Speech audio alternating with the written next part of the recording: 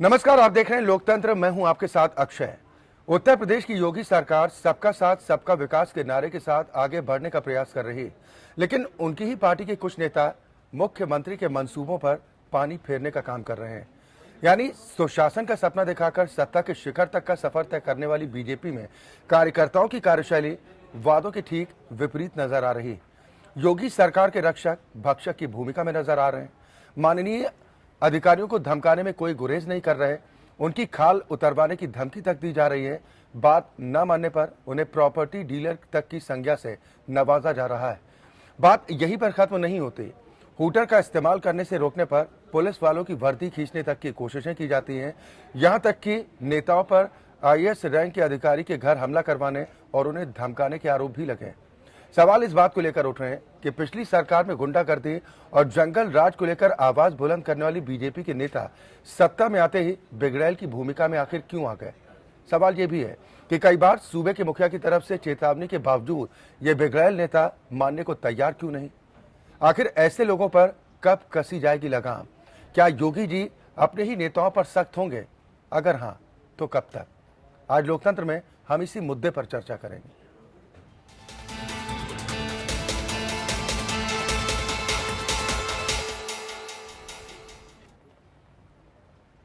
दरअसल जब से यूपी में बीजेपी की सरकार बनी है, तब योगी और उनके मंत्री पूरे एक्शन मोड में नजर आ रहे हैं।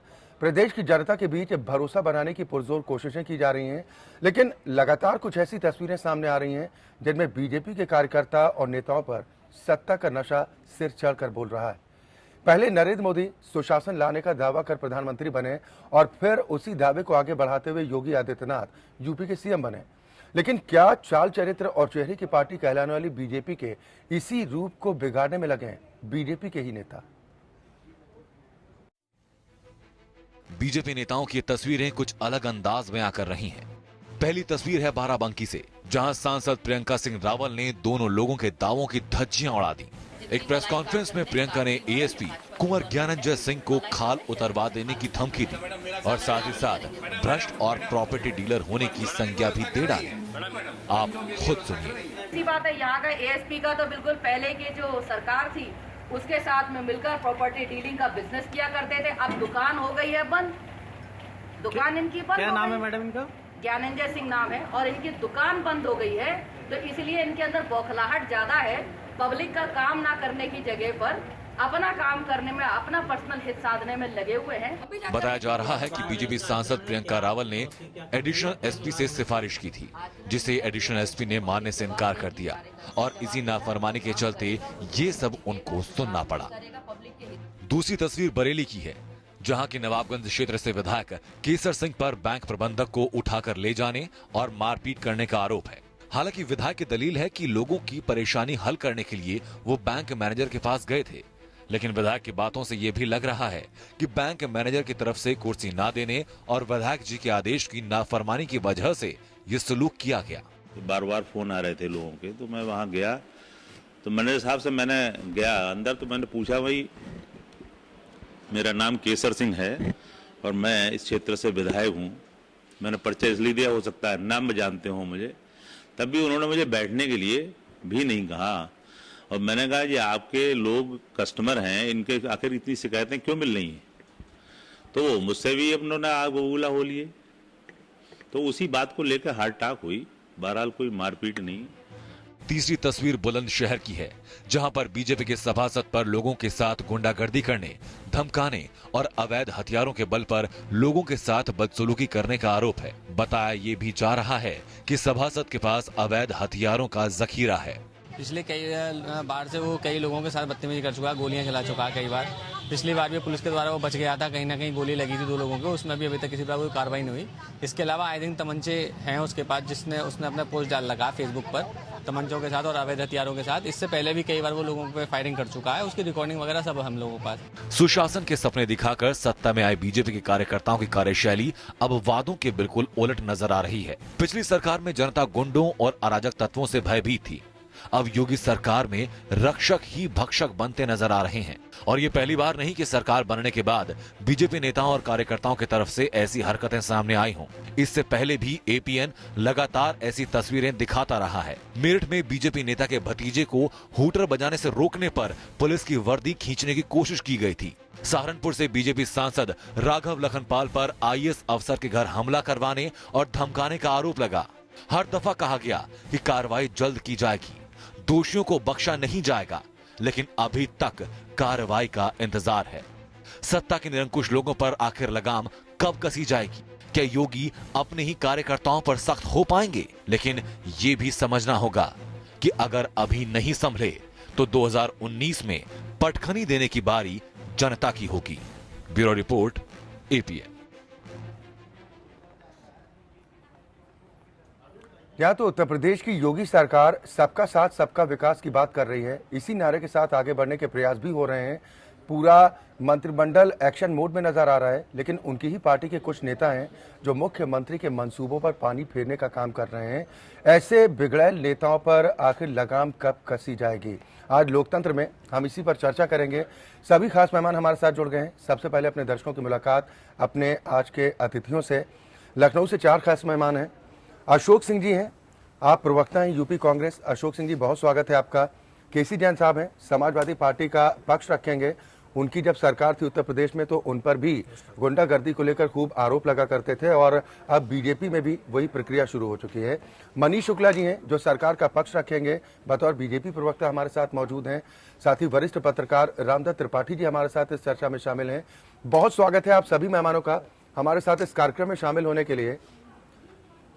मनीष शुक्ला जी, शुरुआत आपसे ही करना चाहूंगा। क्या सत्ता का नशा कुछ ऐसा ही होता है क्या? अच्छा जी, भारतीय जनता पार्टी की सरकार 19 मार्च को भारतीय जनता पार्टी की सरकार ने शपथ लिया और शपथ के पश्चात हमने जो चुनाव के दौरान जनता से वादे किए थे, जो हमने अपने संकल्प पत्र में दिया था, उसके आधार पर हमने किसानों के ऋण माफ किए, बिजली के सरचार्ज माफ किए, प्रदेश में बहन बेटियां सुरक्षित रहें इसके लिए एंटी रोमियो दल का गठन किया गया। प्रदेश की 58,000 किलोमीटर सड़कें गड्ढा मुक्त हो जो लोक निर्माण के अंतर्गत आती हैं, उसके लिए समयबद्ध कार्यक्रम घोषित किया जी। तमाम उन वादों को पूरा करने का प्रयास शुरू कर दिया गया है जो हमने किया था।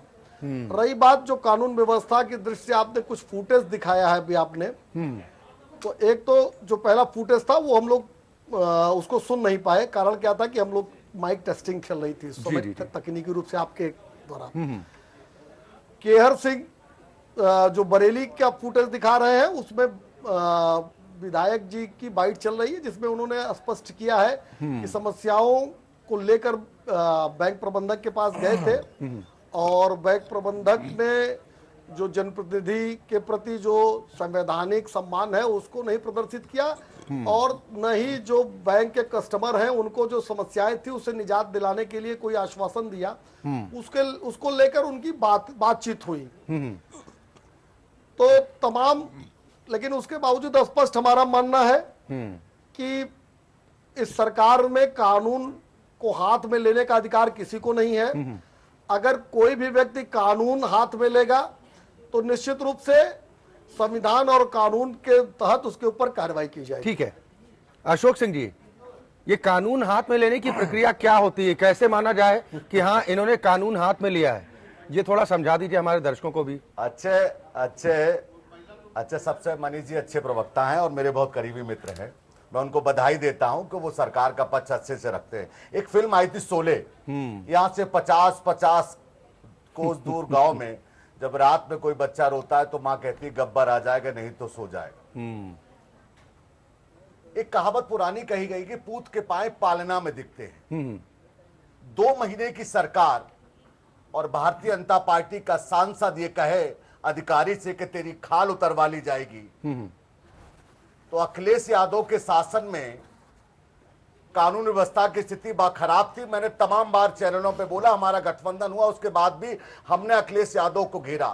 आज ये कह रहे हैं कि साजिश है, थाने में जाकर गेरुआ कपड़ा डालकर जिस तरह की गुंडागर्दी उत्तर प्रदेश में देखने को मिल रही है, मुझे लगता है कि ये कहावत बिल्कुल सिद्ध बैठती है कि पूत के पाए पालना में दिखते हैं। 5 साल में उत्तर प्रदेश का क्या होगा। अच्छी बात है कि उत्तर प्रदेश में आपने किसानों के ऋण माफ कर दिए, अच्छी बात है कि आपने एंटी एक्ट बना दिया महिलाओं को लेकर, बहुत सारी चीजें, मगर जमीन और धरातल पर सहारनपुर की घटना देख लीजिए, आगरा की घटना देख लीजिए, मुजफ्फरनगर की घटना देख लीजिए, लगातार कील काटे ठीक कर ले सरकार। योगी सरकार को बहुमत दिया उत्तर प्रदेश की जनता ने और भरपूर बहुमत दिया है, मगर इसलिए नहीं दिया कि अधिकारियों की खाल खिंचवाने के लिए। मुझे लगता है कि सरकार को उन लोगों के खिलाफ कार्रवाई करनी चाहिए। क्या विधायक को अधिकार है कि एक बैंक के अधिकारी को लेकर आप अपहरण करके ले जाए? क्या एक सांसद को अधिकार, किस संविधान के अधिकार दे दिया गया कि आप उसका अधिकारी खाल खिंचा लें? तो मुझे लगता है कि बेईमानी होगी। ईमानदारी से मुझे लगता है कि सांसद के खिलाफ मगर ये कार्रवाई नहीं करेंगे। जब उत्तर प्रदेश में सरकार नहीं थी भारतीय जनता पार्टी की, तो उनके सांसदों की जो भाषा लगती थी कि भाई पाकिस्तान भेज दिए जाएंगे या कत्ल घर वापसी हो जाएगी, तो बहुत सारी बातें और करनी में बड़ा फर्क है। उत्तर प्रदेश की जनता देख रही है, जो उत्तर प्रदेश की जनता ने बहुमत दिया है। मुझे लगता है कि हम विपक्ष होने के नाते हम सरकार को आईना जरूर दिखाते रहेंगे। अच्छे, ठीक है केसी जैन साहब, मैं आपके पास आता हूं। एक तरफ योगी जी अवैध बूचड़ खानों को बंद करवाने की बात कर रहे हैं, कार्रवाई भी की गई है, दूसरी तरफ उनकी पार्टी के सांसद कहते हैं कि हम खाल खिंचवा लेंगे। ये बात थोड़ा समझ में नहीं आ रही है, दो रास्ते।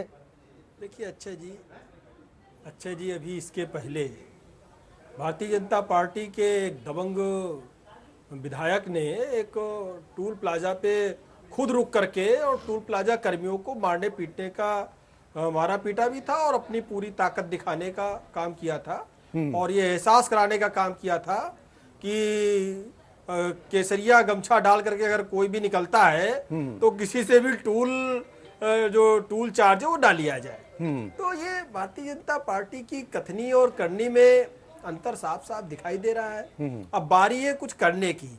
बोल बहुत हो गए कि भाई हम आएंगे ये करेंगे, हम आएंगे ये करेंगे। जनता ने आप पे विश्वास दिखाया, जनता ने समाजवादी पार्टी में विश्वास नहीं दिखाया, आपकी पूर्ण बहुमत की सरकार बनी। लेकिन आप अगर भारतीय जनता पार्टी के साथी ये कहेंगे कि सब कुछ ठीक चल रहा है, कुछ भी गुंडागर्दी नहीं है, और विधायक ने ये कहा, सांसद ने ये कहा। अब देखिए कोई सांसद ये कहे, यही सांसद है प्रियंका रावत जिन्होंने मोदी जी के कहने के बाद में भी अपने पिता को इन्होंने अपना जो है जनप्रतिनिधि इन्होंने जो अपना इन्होंने क्या सांसद प्रतिनिधि इन्होंने नियुक्त किया था अपने पिताजी को, और उसपे मोदी जी की फटकार के बाद उनको हटा करके दूसरे को बनाया गया। तो ये जब इनके सांसद मोदी जी की बात नहीं मान रहे हैं, योगी जी की बात नहीं मान रहे हैं और मनमानी कर रहे हैं, तो हमें लगता है बिल्कुल सवाल है कि ऐसे कैसे चलेगा भाई। रामदास त्रिपाठी जी, बिल्कुल कार्रवाई करनी चाहिए। अगर कार्रवाई नहीं करेंगे तो इसी तरह की घटनाएं बढ़ती रहेंगी। आज समाजवादी पार्टी के लोग खुश तो बहुत होंगे कि जिस मुद्दे को लेकर बीजेपी ने उनकी सरकार पर, तत्कालीन सरकार पर खूब निशाना साधा, आज उसी मसले पर सरकार घिरती हुई नजर आ रही है। वजह आपको क्या नजर आ रही है? क्यों बेलगाम होते जा रहे हैं ऐसे कुछ नेता जो मंसूबों पर पानी फेर रहे हैं, न सिर्फ प्रधानमंत्री के बल्कि उत्तर प्रदेश के मुख्यमंत्री योगी जी के भी?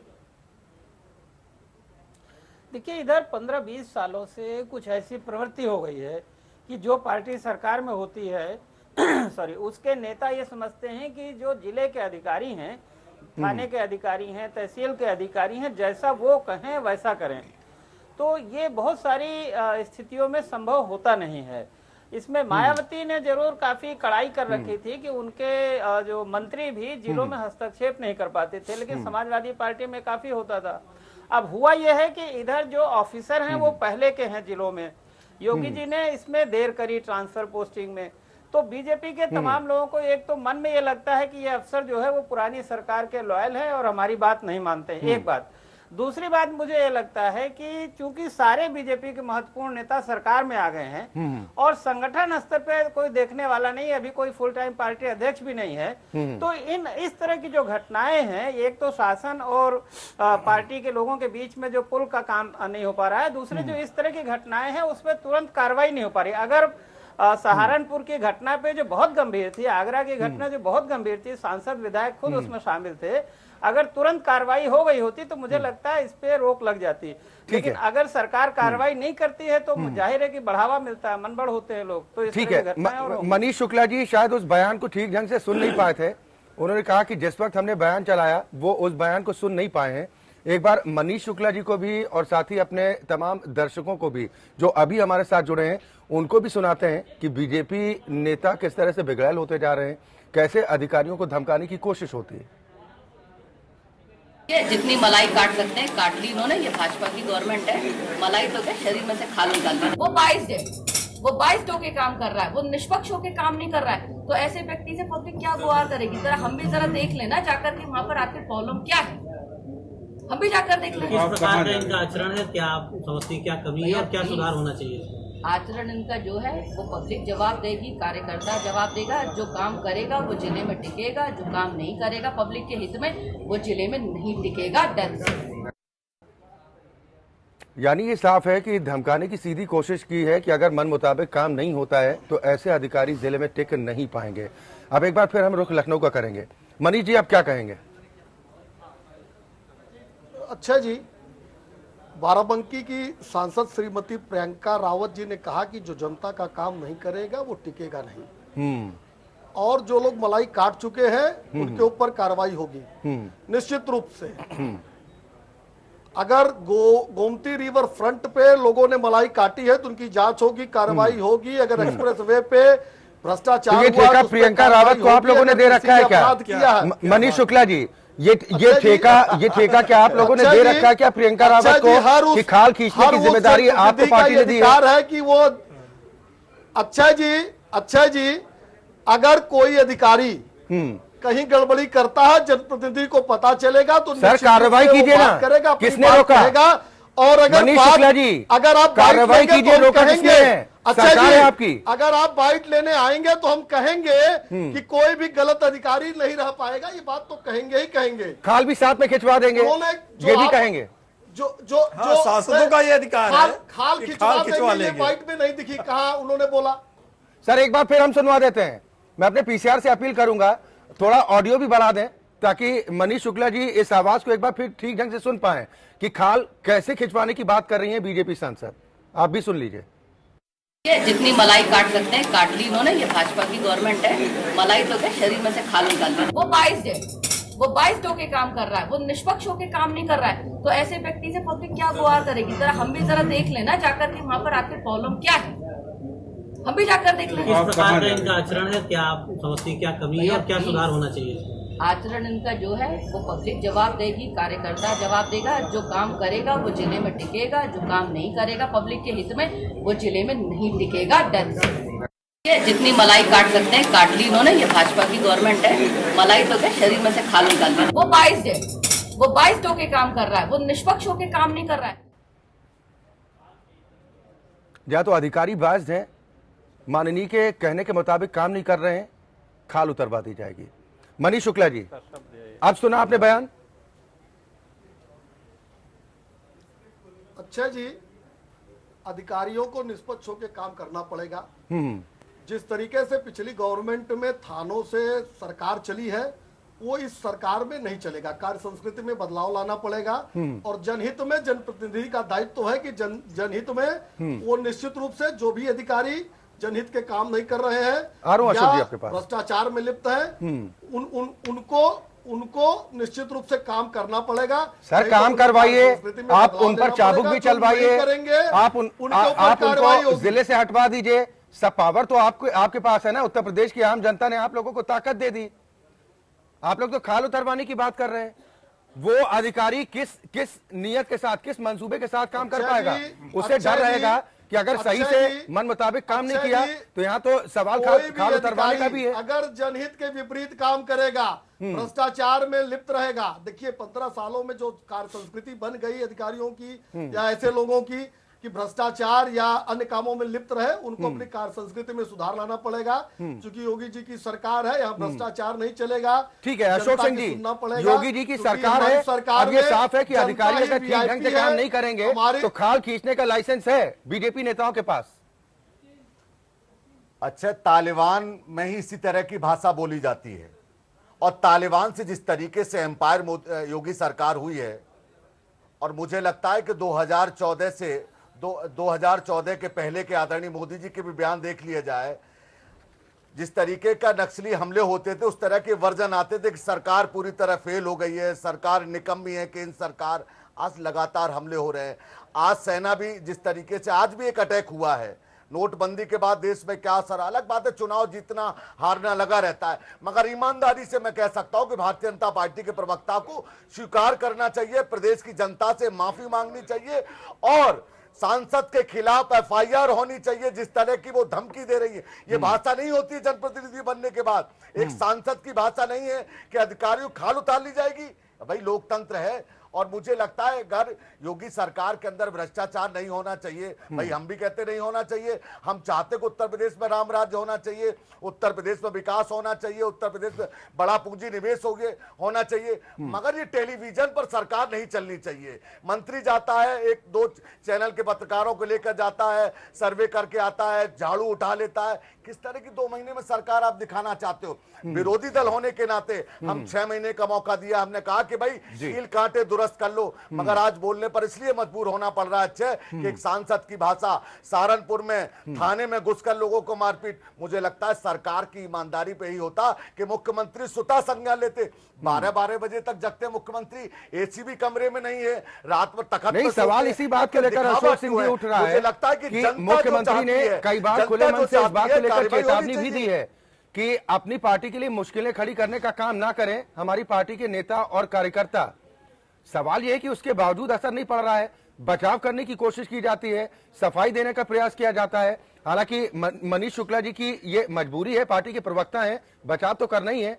पार्टी के कुछ और नेताओं का रिएक्शन भी दिखाते हैं, कैसे बचाव किया जाता है, आप भी देख लीजिए और अपने दर्शकों को भी हम दिखाते हैं। इस बारे में बीजेपी के नेता अपने नेताओं का बचाव करते नजर आए तो कांग्रेस और समाजवादी पार्टी के नेता जमकर निशाना भी साध रहे हैं, और वो ये सवाल योगी जी से पूछ रहे हैं कि पिछली सरकार में आपने सवाल तो खूब उठाए, अब जवाब देने की बारी आपकी है। ये कैसा कानून व्यवस्था का राज है?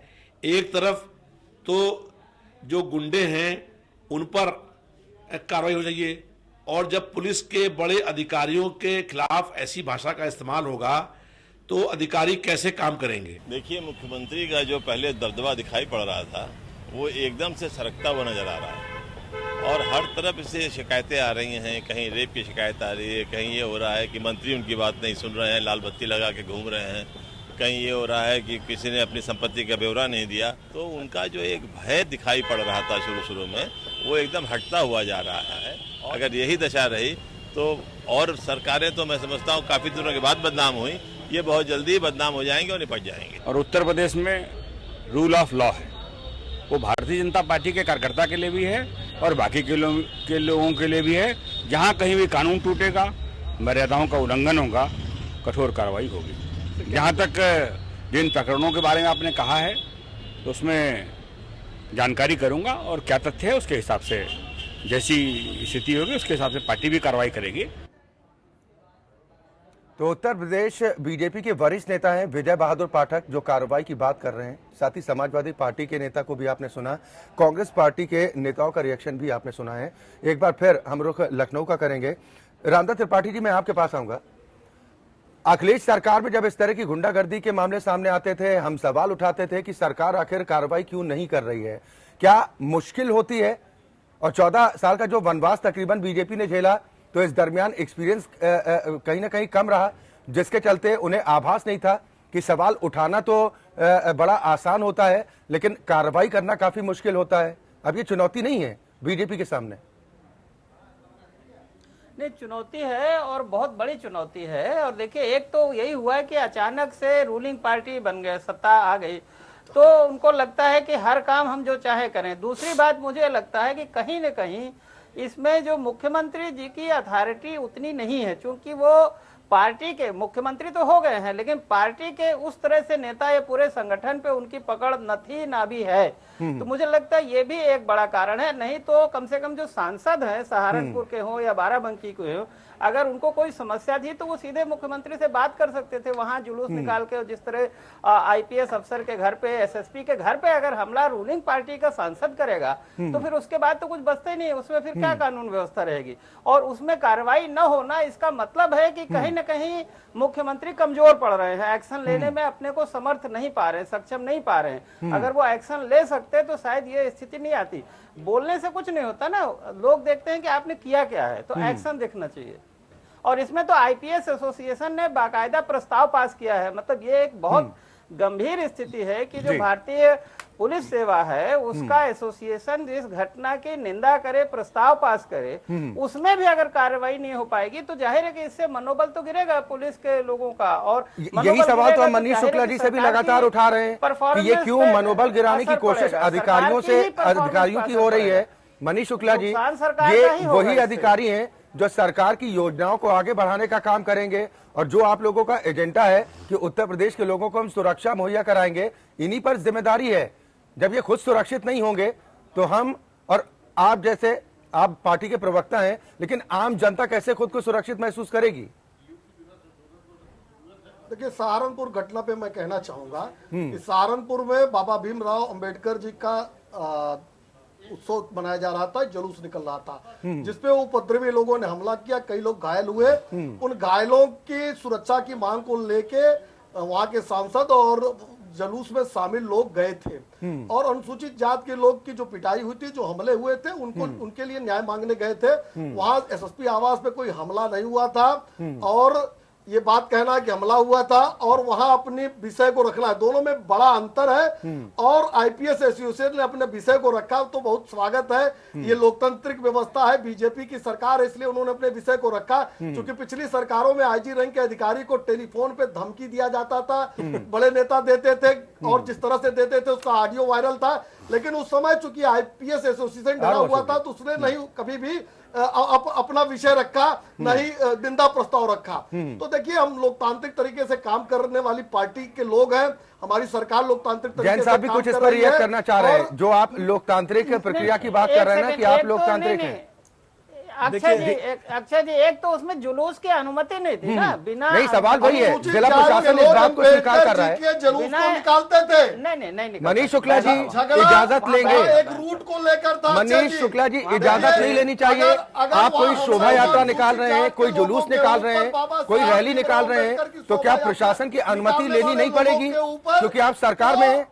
तो उनको बचाने का काम जो कर रहे हैं जिन्होंने हमला किया है। अच्छा, एक सेकंड सवाल, एक सेकंड, बड़ा सवाल है जिन्होंने हमला किया, हम मनीष जी की बात को ही आगे बढ़ाएंगे। उनको बचाने के लिए इस तरह से बात की जा रही है। सर, कार्रवाई क्यों नहीं की ऐसे लोगों पर? आप कह रहे हैं कि कुछ लोग उपद्रव मचाने की कोशिश कर रहे थे। मैं अशोक जी आपके पास आ रहा हूँ।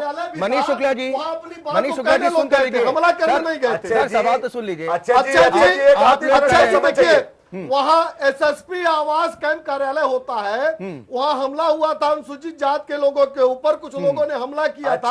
अपनी बात को कहने सांसद गए थे, जनप्रतिनिधि होने के नाते अगर हमले में लोग घायल हैं तो एसएसपी क्या नहीं जाएंगे तो कहाँ जाएंगे? और आईपीएस एसोसिएशन ने अगर निंदा प्रस्ताव पास किया है तो लोकतांत्रिक व्यवस्था है हमारे सरकार की, क्योंकि पिछली सरकारों में अशोक जी कुछ जोड़ना भी चाह रहे हैं इसमें। अशोक जी, एक आईजी रैंक के अधिकारी के ऊपर को हड़काया गया, धमकाया गया फोन पर, और उसके ऊपर रेप के मुकदमे कायम किए गए। तो आईपीएस एसोसिएशन के पास, क्योंकि उस समय लोकतांत्रिक सरकार नहीं थी, उनके पास नहीं। तो अब ये क्या हो रहा है मनीष शुक्ला जी? आप पिछली सरकार का तर्क तो दे रहे हैं कि एक अधिकारी, एक आईजी रैंक के अधिकारी को प्रताड़ित किया जाता है। अब क्या हो रहा है? यही शुरुआत तो आपकी सरकार में भी शुरू हो गई। नहीं, बिल्कुल नहीं है, बिल्कुल नहीं है। वहां का अच्छा जी, मुझे लगता है ये घटना हुए 4 दिन हो गया, आगरा की घटना हुए 5 दिन हुआ। सर, अभी ऐसी घटनाओं की एक लंबी सूची है हमारे पास। आगरा में शुक्ला जी, परेशान होने की जरूरत नहीं है, लंबी सूची है, एक करके हम बात करेंगे उस पर। अशोक जी, एक सेकंड, घटनाओं पे डिबेट आप 5-6 दिन बाद चुकी कर रहे हो। हमको लगता है उसका फॉलो अप ले लीजिए कि FIR है, गिरफ्तारी हुई कि नहीं हुई है। सर अक्षय जी, सांसद महोदय के सवाल खिलाफ है क्या कि एक्शन मनीष आप जी लोगों की ने लिया बात भी- जो खाल उतरवाने की धमकी दे अक्षय रही जी, है? अक्षय जी सुन लीजिए, अक्षय जी मनीष जी को दबाव दे देते हैं, हम इनकी बात को भी फॉलो कर देते हैं। क्या उत्तर प्रदेश में जंगल राज है कि गुंडे आकर हमला कर दे शोभा यात्रा पर? इंटेलिजेंस क्या कर रहा था? योगी की पुलिस क्या कर रही थी?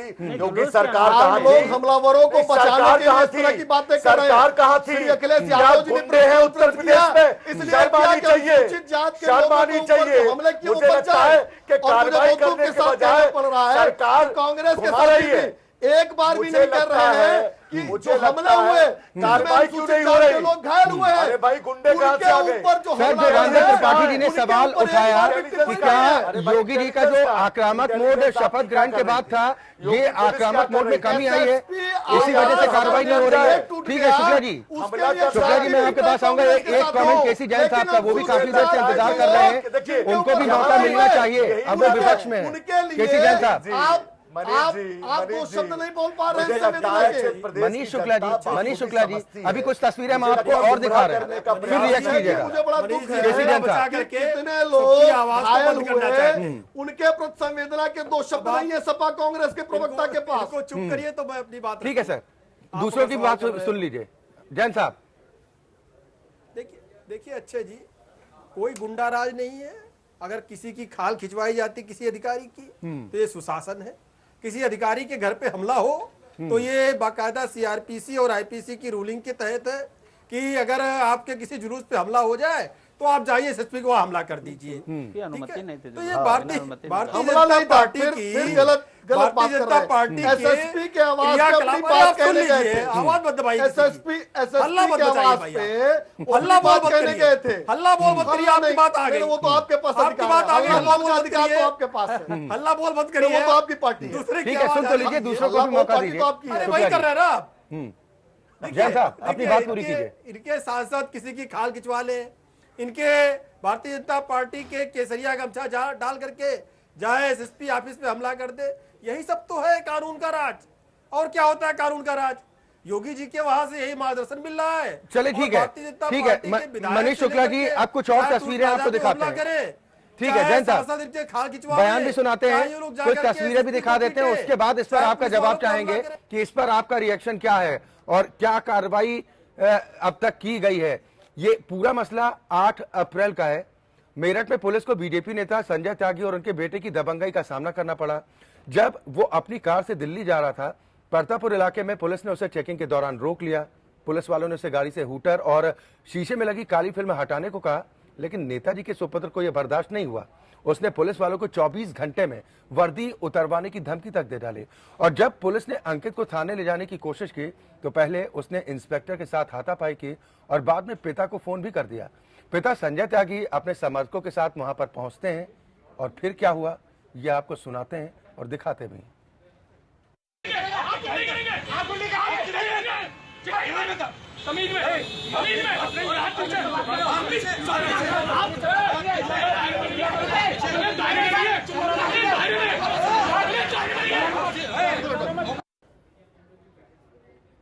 या तो ये जो तस्वीरें हम आपको दिखा रहे हैं ये मेरठ की तस्वीरें थी। 8 अप्रैल का पूरा घटनाक्रम।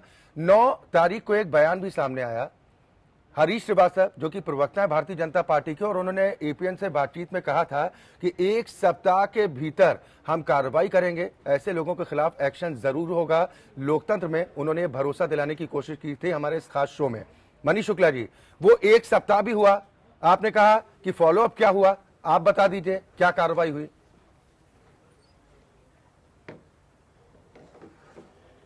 शुक्ला जी आवाज पहुंच रही है आप तक? जोक होने पे नोक जोक होने पे और जो कार्रवाई होनी चाहिए, जो इस तरह से कार्रवाई होनी चाहिए, जो एफआईआर होना चाहिए तो एफआईआर हुआ है। और हमको लगता है कि आपको भी 8 अप्रैल की घटना है, आपको भी फॉलोअप ले लेना चाहिए था। उस पर एफआईआर हुई है और जो भी विध सम्मत कार्रवाई है वो कार्रवाई हो रही है। आगरा का भी विषय आपने उठाया था अक्षय जी। आगरा में जो हुआ था उसके बाद एफआईआर है, उसमें गिरफ्तारियां हुई हैं। इसका भी फॉलोअप जनता को दिखाना चाहिए। आपको सर कार्रवाई क्या हुई ये दिखाना चाहिए, दिखाना चाहिए। मनीष शुक्ला जी, एक्शन क्या हुआ है सर? ये सफाई से आम जनता संतुष्ट होने वाली नहीं है। ये वही आम जनता है जब आप पिछली सरकार पर आरोप लगाते थे, आपके आरोपों को सुनती थी। अक्षय जी, अच्छा जी, नोक झोंक के ऊपर कौन सी कार्रवाई होती है, कौन सी दफा लगती है, आपको पता है? चले आप ठीक बता है, दीजिए। यानी ये हमने माफी तो है कहा नोक उस पे झोंक, FIR कोई है, भी पुलिस कर्मियों की वर्दी को हिला सकता है, ये छूट है, इसमें कोई कार्रवाई नहीं होनी चाहिए। पार्टी की तरफ से कोई कार्रवाई बनती है नहीं बनती। रामदत्त त्रिपाठी जी नैतिकता की बातें, चाल चरित्र, चेहरे की बात करते हैं और अब नैतिकता का पाठ पढ़ा रहे हैं मनीष शुक्ला जी। आपको फॉलो अप लेना चाहिए और कम से कम जो आप खबर दिखा रहे हैं उस पर ठीक से, क्योंकि वो सर उसका फॉलो अप देखा है, क्या कार्रवाई हुई है? इतिश्री हुई है, इतिश्री रामदत्त त्रिपाठी जी पार्टी का वर्कर वो नहीं है कि उसके ऊपर हम कार्रवाई करेंगे। सर उनके पिताजी आते पुलिस कर्मियों को धमकाते हैं, वर्दी खींची जाती है पुलिस अफसरान की, इस माहौल में काम कर पाएंगे क्या? मनीष जी सही कह रहे हैं कि आगरा में कुछ गिरफ्तारियां हुई हैं, लेकिन बात कुछ गिरफ्तारियों की नहीं है। अगर विधायक खुद इस तरह से काम करेंगे, सांसद करेंगे, और जाहिर है कि सामान्य नोकझोंक और जो ड्यूटी पर पुलिस अफसर है वर्दी के साथ उनको पब्लिकली ह्यूमिलिएट करना, दोनों में फर्क होता है। वो अगर आप वर्दी में पुलिस के लोगों को ड्यूटी पे ह्यूमिलिएट करते हैं, उनसे गाली गलौज करते हैं, तो इसको नोकझोंक नहीं कहा जाएगा। ये एक सीरियस मसला है और जाहिर है कि इससे प्रशासन पे बुरा प्रभाव पड़ता है। सीधी सी बात यह है कि बीजेपी में इस समय कहीं न कहीं संगठन के स्तर पे इस बात का नेतृत्व का अभाव ये दिख रहा है कि कोई जाके इन घटनाओं की जांच करके जिम्मेदारी के साथ कार्रवाई कराए। और मुख्यमंत्री जी मुझे लग रहा है कि सक्षम नहीं पा रहे, क्योंकि वो मुख्यमंत्री होना अलग बात है और संगठन का नेता होना अलग बात है। वो मुझे लगता है कि जो राष्ट्रीय अध्यक्ष है शाह साहब ही कर सकते हैं, जहां विधायक और सांसद इन्वॉल्व है, और इस समय प्रदेश में तो कोई अध्यक्ष है भी नहीं। तो पार्टी को गंभीरता से लेना चाहिए। अगर ये प्रवृत्ति बढ़ेगी तो इससे समस्याएं प्रशासन में आएंगी, प्रशासन में समस्याएं आएंगी तो सबको तकलीफ होगी, खाली सरकार की बात नहीं है। और क्योंकि और भी बहुत सारे मामले हो रहे हैं। सर वादा भी है, उत्तर प्रदेश की जनता को सुरक्षा देने का वादा किया था। जब अधिकारियों को इस तरह से उन पर दबाव बनाने का प्रयास किया जाएगा तो आम जनता कहां खुद को सुरक्षित महसूस करेगी? अशोक सिंह जी, क्या आपको लग रहा है कि योगी जी दबाव में आ चुके हैं, उनकी बात का कोई असर नहीं हो रहा है? अच्छा जी, देखिए रूलिंग पार्टी के प्रवक्ता बैठे, उन्होंने नोक झोंक करने का अधिकार लाइसेंस दे दिया भारतीय जनता पार्टी कार्यकर्ताओं को। जो नोक झोंक मेरठ में हो रही है वो भारतीय जनता पार्टी का मुझे लगता है सीनियर पदाधिकारी रहे होंगे। जिस तरीके की भाषा टेलीविजन पर देखने को मिल रही है और जिस तरीके की नोक झोंक हो रही है, कई पुलिस अधिकारियों ने बीच बचाव किया है। तो ये अभी प्रवक्ता ने कहा कि नोक झोंक हुई है, नॉर्मल घटना है। तो नोक झोंक का जो लाइसेंस मिला है, गले में गमछा डालिए और किसी भी थाने में घुस जाइए, किसी भी एसएसपी की नंबर प्लेट तोड़ दीजिएगा। तो सही कहा है त्रिपाठी जी ने, रामदत्त त्रिपाठी जी ने, कि सरकार को और संगठन में चलाने का अभाव है और दो समांतर संगठन। मुझे लगता है कि धीरे धीरे उत्तर प्रदेश की जनता को ये कष्ट मिलेगा कि दो जगह से सरकारें चलेगी, एक संगठन सरकार चलाएगा और एक योगी जी, क्योंकि योगी जी को संगठन में कभी रहे नहीं है। क्योंकि योगी जी उससे पहले भी ये भाषा बोलते रहे, जब 2014 के बाद मोदी की सरकार बनी थी, जिस तरह की भाषा योगी जी को और साक्षी जी की देखने को मिलती थी। आज वो स्वतः मुख्यमंत्री है, तो आज उनके कार्यकर्ता इस तरह की भाषा पुलिस अधिकारियों के जिस तरीके सांसद ने बोली है, मुझे लगता है कि अगर योगी जी ईमानदार है और नैतिकता है तो टेलीविजन की डिबेट को देख रहे होंगे। यहाँ उनका सूचना तंत्र लाखों करोड़ों रुपए खर्च होते हैं, इस डिबेट को वो सुनाए और मुझे लगता है उस सांसद के खिलाफ कार्रवाई करें, मुकदमा लिखवाएं, क्योंकि अपराध कुछ और तस्वीरें इस तरह की भाषा बोली है। ये बात तो माननीयों की हो गई, जो सांसद हैं, जो विधायक हैं, सारे भ्रष्ट हैं। मनीष शुक्ला जी छुटभैया नेताओं की दादागिरी भी दिखाएंगे आपको, वो भी बताएंगे। लेकिन जो आप फॉलोअप की बात कर रहे थे केसी जैन साहब, आप सभी मेहमानों को भी बता दूं कि जो मेरठ की तस्वीरें दिखाई थी, इसमें कार्रवाई हुई है, बीजेपी नेता के खिलाफ नहीं, उन पर एक्शन नहीं हुआ है। उस पुलिस कर्मी के खिलाफ कार्रवाई हुई है, उसका ट्रांसफर कर दिया गया। शुक्ला जी। अच्छा जी, दो बात मैं कहूंगा। एक तो कांग्रेस के प्रवक्ता ने मेरी बात को तोड़ने मरोड़ने का प्रयास किया। मैंने कहा सर फॉलोअप पे पहले जवाब दे दीजिए, फिर आगे चर्चा हम बढ़ाते हैं। अब अच्छा जी, जो उन्होंने कहा, मैंने ये कहा कि नोकझोंक या इस तरह के झगड़े में जिस तरह की धाराओं में एफआईआर होनी चाहिए उसमें एफआईआर हुई है, एक बात। दूसरी बात, मैंने फॉलोअप ये किया था कि जो जिनसे झगड़ा हो रहा है वो भारतीय जनता पार्टी के कार्यकर्ता नहीं है कि पार्टी उस पर कार्रवाई करेगी, पुलिस उस पर कार्रवाई करनी चाहिए, उन्होंने एफआईआर कर दिया। तीसरी बात, त्यागी जी वहां पर रसूख रखते हैं, बीजेपी के नेता हैं, उत्तर प्रदेश में उनके सुपुत्र के साथ विवाद हुआ था, जिसके बाद वो पहुंचे रसूख दिखाने के लिए। अच्छा जी सर, नाम अच्छा एक बार जी, फिर बता दूं। फिर से आप उसको कंफर्म कर लीजिए। सर, प्रदेश उपाध्यक्ष हैं आपकी पार्टी में, संजीव त्यागी नाम है, उनके सुपुत्र से विवाद हुआ था। अब आगे आप जवाब दीजिए इस पर। संजय त्यागी भारतीय जनता पार्टी कार्यकर्ता नहीं है, ये आप फिर से फॉलो अप ले लीजिए। तीसरी बात मैं कह रहा था कि उत्तर प्रदेश में कानून सबके लिए बराबर है।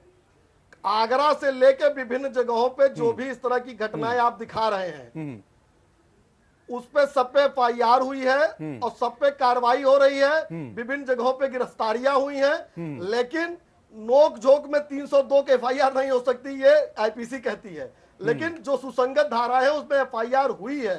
तीसरी बात, अभी कुछ लोग संगठन के लिए बता रहे थे कि संगठन की समझ नहीं है।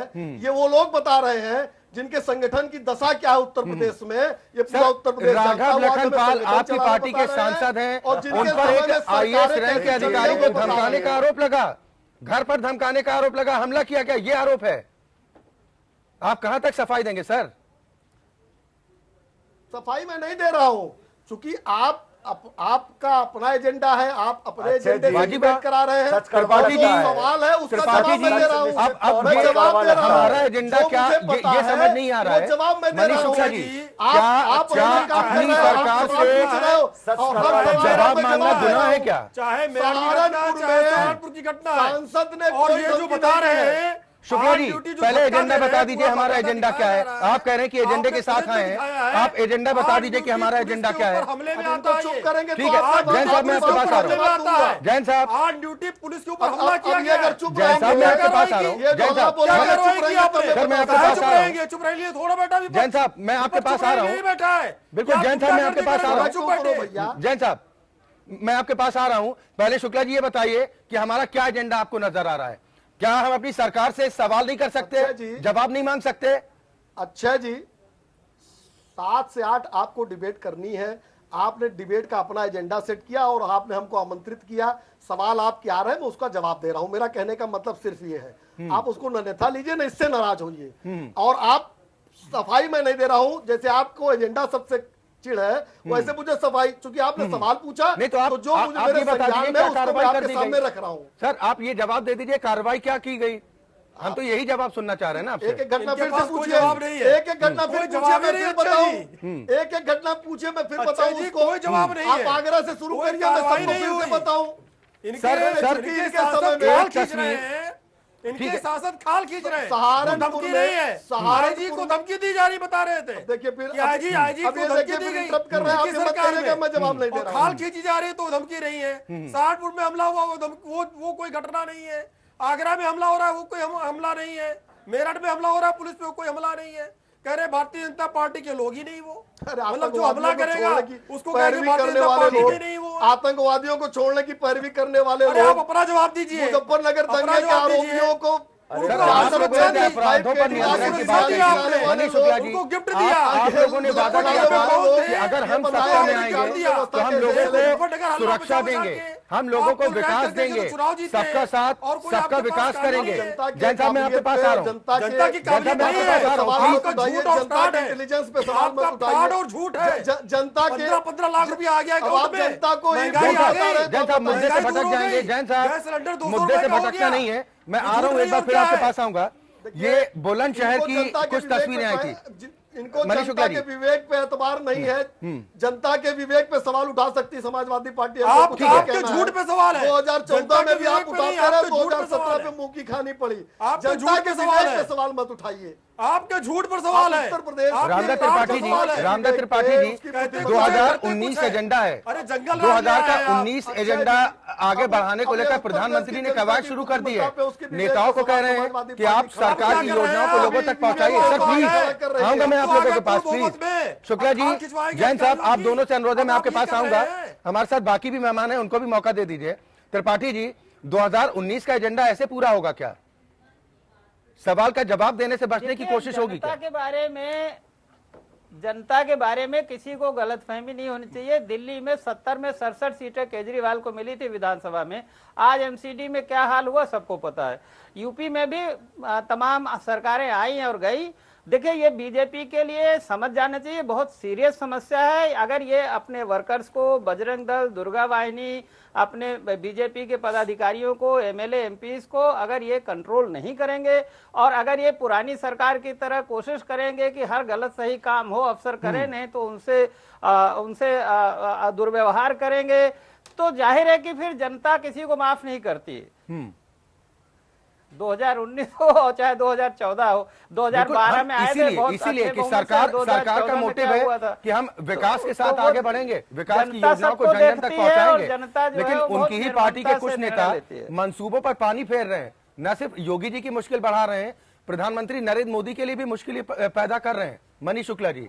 और एक उदाहरण और, ये उदाहरण बुलंदशहर का हम आपको बता रहे हैं, जहां पर एक छुटभैया नेता जो सभासद है उस पर आरोप लगते हैं कि वो दबंगई दिखाता है, इसलिए बीजेपी से ताल्लुक रखता है।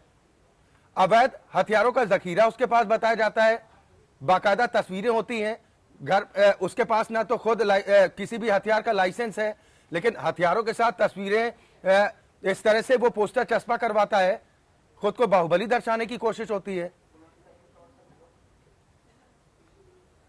अच्छा जी, बुलंदशहर के जिस सभासद के बारे में आप बता रहे हैं, अगर उसके पास अवैध असला है तो कानून को अपना काम करना चाहिए, एक बात। दूसरी बात, वो भारतीय जनता पार्टी के सिंबल से चुना हुआ सभासद नहीं है, इसलिए उसको पार्टी से न जोड़े, ये कृपा करके। जो हमारे सिंबल से नहीं जीता है और आपके कहने से वो हमारे दल में शामिल हो गया, ये उचित नहीं है कहना। सर, कार्रवाई आप लोगों ने कुछ की क्या?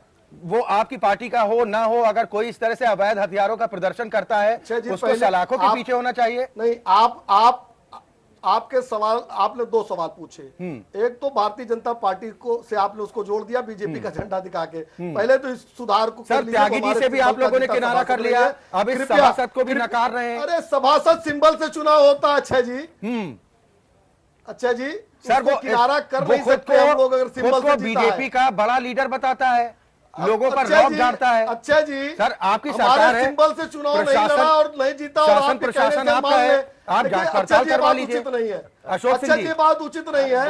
जो हमारे सिंबल से चुनाव नहीं जीते, वहाँ हमारी पार्टी किसी और को चुनाव लड़ाई थी और आज वो कहने लगे गुंडा है, उसको हमको बताने लगे नहीं बीजेपी से जुड़ा। अशोक सिंह जी, तभी नहीं, उसको कार्रवाई होनी चाहिए। हर वो आदमी गुंडा है जो लोगों को धमकाने का प्रयास करता है, वो चाहे बीजेपी से जुड़ा हो, किसी पार्टी से जुड़ा हो या ना जुड़ा हो। मनीष जी, बिल्कुल कार्रवाई होनी चाहिए। आवाज के ऊपर कोई भी रखे उसके ऊपर कार्रवाई होगी, अगर उसने रखा तो निश्चित रूप से कार्रवाई होगी।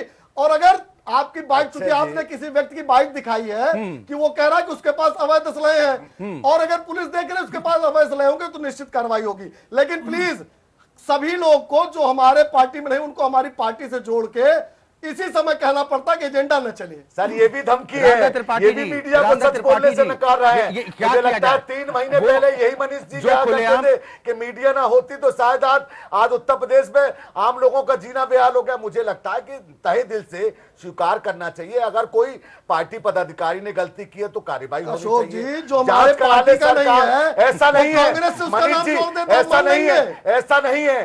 कोई आदमी आपका झंडा लगाकर राइफल लेकर चल रहा है, एसएसपी डीएम वहाँ क्या कर रहे हैं? आपने देखा, क्या कर रहे हैं? आपने देखा, इन्होंने दिखाया, विजुअल दिखाया जा रहा है, फुटेज है, आप देखिए, दिखा रहे हैं। ये भी मंशा आपकी पूरी कर देंगे। मनीष शुक्ला जी, मनीष शुक्ला जी, वो तस्वीरें हम आप तक पहुंचाएंगे, उसकी सीडी भी देंगे, आप योगी जी को भी दिखाइएगा। साल हमें आपके साथ देना है, कम से कम ईमानदारी से सरकार काम करे, ईमानदारी से कार्रवाई करे। मनीष शुक्ला जी, एक रचनात्मक भूमिका होनी चाहिए, चिल्लाने से काम नहीं चलेगा। लोकतंत्र में जवाब देने का अधिकार बनता है, सरकार को देना भी चाहिए, जनता को भी देगा और विपक्ष को भी देगा। मुझे लगता है कि अभी 2 महीने हुए सरकार को, और जिस तरीके का उत्तर प्रदेश में माहौल बनता जा रहा है, ये आने वाले लिए अच्छे संकेत नहीं है। हम इतना ही कहना है। और रही बात उन तस्वीरों की, वो तस्वीर भी हम मनीष शुक्ला जी भिजवाएंगे, और वो जो भी शख्स हो, आपकी पार्टी से ताल्लुक रखता है नहीं रखता है, अगर गलत काम कर रहा है तो एक्शन जरूर होना चाहिए, ये उम्मीद जरूर करेंगे। लेकिन इन बातों को नकार नहीं सकते। बस लेकिन इन बातों को रामदास त्रिपाठी जी क्या नकारा जा सकता है कि पार्टी का सांसद अगर कहता है कि हम खाल खिंचवा देंगे तो वो अधिकारियों को समझा रहा है। व्यक्ति अवैध असलाह रखता है तो उस पर कानून कार्रवाई करेगा ही करेगा। सर अब तक हुई नहीं है ना। सर कार्रवाई हुई नहीं ना, इसीलिए तो हम सवाल भी उठा रहे हैं। अगर कार्रवाई हो गई होती तो ये मुद्दा ही खत्म था। रामदत्त त्रिपाठी जी, मुझे लगता है कि जिस तरह से आपने इसको उठाया है, डिबेट कराई है, तो मीडिया का काम है समस्या को उजागर करना। अब उससे संदेश ग्रहण करना न ग्रहण करना ये सरकार और सत्ताधारी दल की बात है, लेकिन घटनाएं चूंकि एक घटना नहीं है, आगरा हुआ, सहारनपुर हुआ, मेरठ हुआ, बरेली हुआ, बहुत सारी जगह हो रहा है। तो मुझे लगता है कि कहीं न कहीं बीजेपी के नेताओं को आत्मनिरीक्षण करना चाहिए और अपने कार्यकर्ताओं को अनुशासन में रखने की कोशिश करनी चाहिए। अगर अनुशासन में नहीं रखेंगे तो जाहिर है कि इससे पार्टी को, सरकार को समस्याएं होंगी। और मुझे लगता है कि मनीष जी जब पार्टी दफ्तर जाएंगे तो वरिष्ठ नेताओं से जरूर ये विचार विमर्श करेंगे और संगठन के स्तर पर या सरकार के स्तर पर जो कुछ हो सकता है करेंगे। लेकिन एक गैप है, एक कमी है। अगर कार्रवाई की गई होती तो जाहिर है कि आज डिबेट की ये दिशा नहीं होती, डिबेट की दिशा और होती। तो लेकिन इसको स्वीकार करना केसी जैन साहब, क्या यही वजह की हौसले और बुलंद इसीलिए हो रहे हैं कि कोई एक्शन तो हो नहीं रहा है, इसीलिए एक के बाद एक कम से कम जो झूठी, जो सस्ती लोकप्रियता होती है वो हासिल हो जाए, यही मंसूबा है? देखिए अच्छा जी, किसी भी पार्टी का ये पूरा अपना अधिकार है कि पार्टी अगर नहीं चाहती है और कोई फर्जी पदाधिकारी उस पर लिख रहा है तो एक तो उसके ऊपर 420 का सीधे सीधे मुकदमा बनता है और बाकायदा वो गैर जमानती जो है वो मुकदमा है, उसमें सेम डे बेल भी नहीं होनी है कि वो अगर आपके पार्टी का, आपकी राष्ट्रीय पार्टी है, राष्ट्रीय पार्टी के सिंबल के नीचे वो अपना पदाधिकारी लिख करके और ये लिख करके कि मैं इस पार्टी का जो है सभासद हूँ, और उसके बाद में अगर पार्टी सिर्फ पार्टी के डिफेंड करने के लिए पार्टी की प्रवक्ता सिर्फ टीवी चैनल पे ये कहे कि हमारी पार्टी का नहीं, हमें लगता है अगर वो इस तरीके का इस्तेमाल कर रहे हैं तो बिल्कुल बाकायदा कानून के अंतर्गत उसके ऊपर आप कार्रवाई कर सकते हैं। उसको बाकायदा लिखित रूप से अगर है पार्टी में तो बाहर करिए, अगर पार्टी में नहीं हो फिर भी फर्जी इस्तेमाल कर रहा है तब तो उसको जेल भेजना चाहिए, तब तो उसको सीधे जेल भेजना चाहिए कि पार्टी का इस्तेमाल इस तरीके से कर रहा है। कुछ सलाह भी देना चाहेंगे शुक्ला जी को? और साथ ही साथ जो असलहे है, फर्जी असलहे है, मुझे लगता है उसके बाद कोई कार्रवाई नहीं हो रही। सलाह नहीं है, उत्तर प्रदेश की जनता ने भरपूर जनमत उत्तर प्रदेश की जनता ने इसलिए दिया कि उत्तर प्रदेश में अच्छे दिन आए, क्योंकि 3 साल में केंद्र सरकार तो अच्छे दिन नहीं ला पाई है। शायद उत्तर प्रदेश की जनता को अच्छे दिन मिल जाए, रोजगार बले, अच्छा पूंजी निवेश हो, लोगों को खुशहाल जीवन मिले। मोदी जी से उम्मीद है, सलाह भी है, व्यक्तिगत मैं निवेदन कर रहा हूं कि जो मामले उत्तर प्रदेश में जिस तरीके के दे, ये अच्छे संकेत नहीं उत्तर प्रदेश की जनता के लिए। कहीं आज हमें दिल्ली जाना पड़े, फिर हमें ये कहना पड़े कि हम उत्तर प्रदेश के निवासी हैं जहां अपराध बहुत होते हैं। ठीक है मनीष शुक्ला जी, फाइनल कमेंट भी आपका जरूर चाहूंगा संक्षेप में। हालांकि योगी जी बार बार इस बात को लेकर कह चुके हैं खुले मन से कि इस तरह मनमानी ना हो, विकास के एजेंडे के साथ हम आगे बढ़ रहे हैं, विकास के कामों पर ही फोकस किया जाए। आप कुछ ऐसे बिगड़ैल नेताओं को कुछ संदेश देना चाहेंगे एपीएन के मन से? देखिए, भारतीय जनता पार्टी की सरकार पहले दिन से काम कर रही है, गांव गरीब किसान के लिए काम कर रही है। हमने किसानों के कर्ज को माफ़ किया है, बिजली का सरचार्ज माफ़ किया है, हमने जो वादे किए थे अपने संकल्प पत्र में उस पर हम लोग आगे बढ़ रहे हैं और लगातार पहले दिन से बिगड़ैल नेताओं पर कुछ बोल दीजिए संक्षेप में। हमने निश्चित रूप से वो बिगड़ैल नेता हो, आमजन हो, उत्तर प्रदेश के अपराधी हो, कानून सबके लिए बराबर होगा और कानून अपना काम करेगा। और जितनी घटनाएं आपने दिखाई हैं अधिसंख्य में कार्रवाई हो चुकी है या हो रही है। हाँ, क्या कार्रवाई हुई वो भी हमने बताया है। रामदत्त त्रिपाठी जी, हमारा काम है कि सरकार को सही रास्ता दिखाना, कहां पर गलतियां हो रही हैं, कहां पर कमियां हो रही हैं, ताकि उसको दुरुस्त किया जा सके। अगर ये तोहमत लगाई जाए कि आप किस एजेंडे के साथ बढ़ रहे हैं, फिर तो बड़ा मुश्किल है, और ये मुश्किल किसी भी सरकार के लिए भी हो सकती है। और मुझे लगता है जितनी घटनाओं पे हमने चर्चा की है उनमें मुझे तो बरेली की सबसे सीरियस लगती है, क्योंकि एक बैंक के अंदर जाके बैंक का एक काम करने का तरीका होता है चैलोनिंग, और उस बैंक के ब्रांच मैनेजर को खबर ये छपी है कि अपनी गाड़ी में ले जाना घसीट के, तो ये तो बहुत ही गंभीर बात है। और मुझे लगता है कि पता नहीं क्यों इस बीजेपी के लोग तो इन सब मामलों में इनका चाल चरित्र चेहरे की बात करते हैं। पता नहीं क्या वजह है कि अभी तक बीजेपी की पार्टी की तरफ से या सरकार की तरफ से इसमें जनता के सामने स्पष्ट बात नहीं रखी गई। मुझे तो लगता है कहीं ना कहीं प्रायश्चित भी करना चाहिए, और उस सबसे बड़ा प्रायश्चित यही है कि दंड देना चाहिए। अगर विधायक और सांसद कानून तोड़ेगा तब तो फिर कुछ बचता ही नहीं है ना। बिल्कुल सवाल इसी बात को लेकर उठ रहे हैं कि जब पार्टी के बड़े नेता तो जिनका बड़ा कद है पार्टी में, जनप्रतिनिधि भी हैं, अगर वो इस तरह की हिमाकत करते हैं तो संदेश क्या जाएगा पार्टी के दूसरे कार्यकर्ताओं पर? और क्या अपने नेताओं का, ऐसे बिगड़ैल नेताओं का अनुसरण पार्टी का दूसरा कार्यकर्ता नहीं करेगा? बहुत बहुत शुक्रिया आप सभी मेहमानों का हमारे साथ इस कार्यक्रम में शामिल होने के लिए। धन्यवाद। तो सवाल योगी सरकार से ही है कि योगी जी, सपने तो आपकी पार्टी की तरफ से बहुत दिखाए गए थे कि उत्तर प्रदेश में कानून का राज होगा, लेकिन अगर अपने ही इस तरह की गड़बड़ियां करने लग जाएं तो आखिर आम जनता भरोसा कैसे करेगी? और उन परिस्थितियों में जब अधिकारियों पर दबाव बनाने की कोशिश की जाए, उन्हें डराने धमकाने का प्रयास किया जाए, इन परिस्थितियों में कानून व्यवस्था का पटरी पर आना इतना आसान तो नहीं नजर आ रहा है। लोकतंत्र में आज के लिए बस इतना ही।